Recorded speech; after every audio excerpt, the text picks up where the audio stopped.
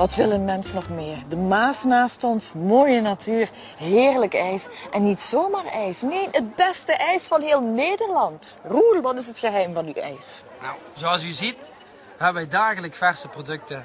Dagelijks wordt het ijs vers gedraaid. Daarnaast gaan wij nog vaak naar Italië voor recepten, voor mooie koeps te halen. In ieder geval om ons daar op die manier iets eigenlijk te specialiseren. Maar niet te vergeten natuurlijk, heel veel liefde steken wij ook in het ijs. Dit is geweldig ijs. Maar we zijn hier natuurlijk niet alleen om ijs te proeven. Hè? Wij willen ook iets doen. Wat raad je ons aan? Nou, in deze prachtige omgeving is absoluut een aanrader. Maashopper met kapitein Ono.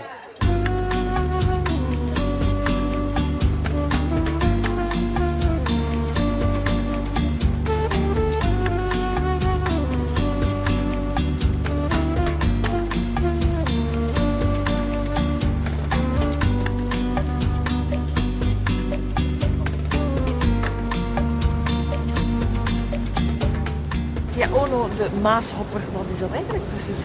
Ja, de Maashopper is een fietspendeldienst tussen Belveld en Sambeek. En de mensen kunnen op iedere halte op- en afstappen waar ze willen. En zo zelf bepalen hoe ver ze fietsen of hoe ver ze wandelen.